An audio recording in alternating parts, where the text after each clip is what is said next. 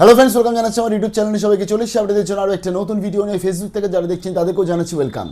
অন্নপূর্ণা যোজনা থেকে শুরু করে বয়স্ক ভাতা বা বিধবা ভাতা নিয়ে যে পরিমাণে মানুষের ক্ষোভ চারদিক থেকে বাড়ছে, এবং সেখানে ধরতে গেলে কোচবিহার থেকে কাকদ্বীপ অবধি এই ক্ষোভ কিন্তু চারদিকে ছড়িয়ে গেছে।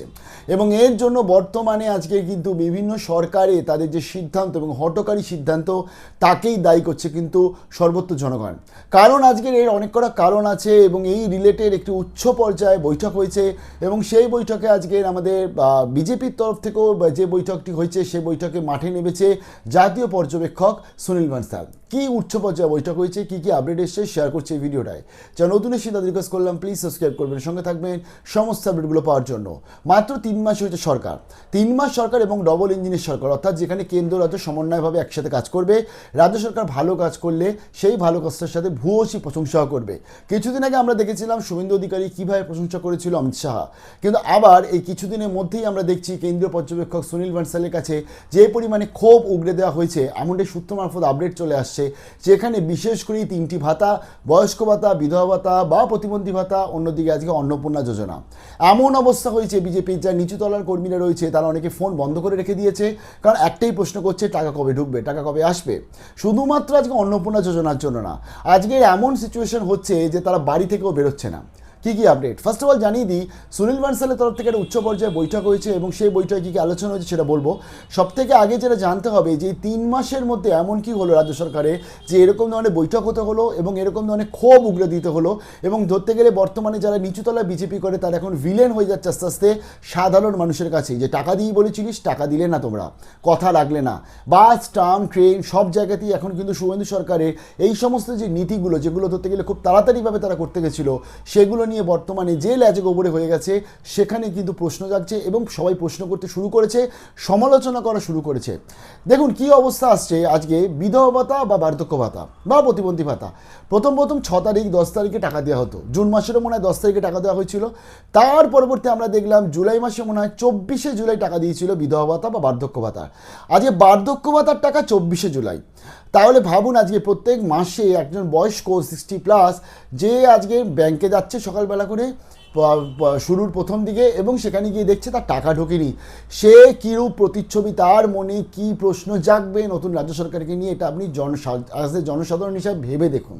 তাহলে এবং এই ক্ষোভগুলো কিন্তু তারা জানে, এবং এই ক্ষোভগুলো পৌঁছাচ্ছে বিজেপির অন্দরমহলেও পৌঁছাচ্ছে। তাহলে এই যে ডেটসগুলো কেন ঠিক নয়, 1000 টাকা দেবে বলেছিল, সেটা 1500 টাকা, সেটা সেপ্টেম্বর থেকে দেবে, যদিও সেটা আরও আগে চালু হওয়া উচিত ছিল। যেহেতু অন্নপূর্ণার টাকা দিয়ে দিয়েছে, সেখানে দাঁড়িয়ে বয়স্ক ভাতা, বিধবা ভাতাও কিন্তু সেই সময় জুন থেকেই চালু হওয়ার কথা ছিল, বাট চালু তারা করেনি।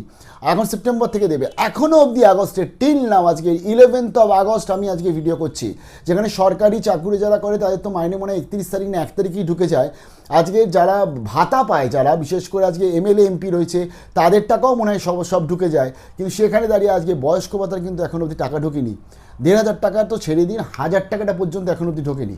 কেন এরকম হঠকারী সিদ্ধান্ত হবে? কেন একটা নির্দিষ্ট ডেট থাকবে না? একটা ভাতা বা একটা প্রকল্প যখন তাদের দেওয়া হচ্ছে, একটা বয়স্ক মানুষ সে কেন বারবার ব্যাংকে যাবে, গিয়ে পাসবই আপডেট করবে? কারণ তার কাছে তো সেই স্মার্ট মোবাইলটা অ্যাক্সেস করার তার কাছে নেই, অথবা সে পারে না করতে। তো এই সিচুয়েশানগুলো দিয়ে বর্তমানে যাচ্ছে। অন্নপূর্ণা যোজনার পেমেন্ট কেন এত দেরিতে আসবে, এই নিয়েও প্রশ্ন জাগছে, এই নিয়েও বিজেপির ক্ষোভ অন্দরমহলে এই নিয়ে ক্ষোভ জাগছে, যে আজকে বিভিন্ন সময় বিভিন্ন যে আলাদা আলাদা ডিসিশান চলে আসছে। কী কী বক্তব্য আসছে একটু আমি শেয়ার করছি, লেডি নিউজ পেপারের মাধ্যমে যেগুলো পেয়েছি সেগুলো আমি বলে দিচ্ছি। বিজেপির এক রাজ্য কমিটির সদস্য তিনি কিছু বলেছেন, সেই বক্তব্যটা একটু বলে দিচ্ছি।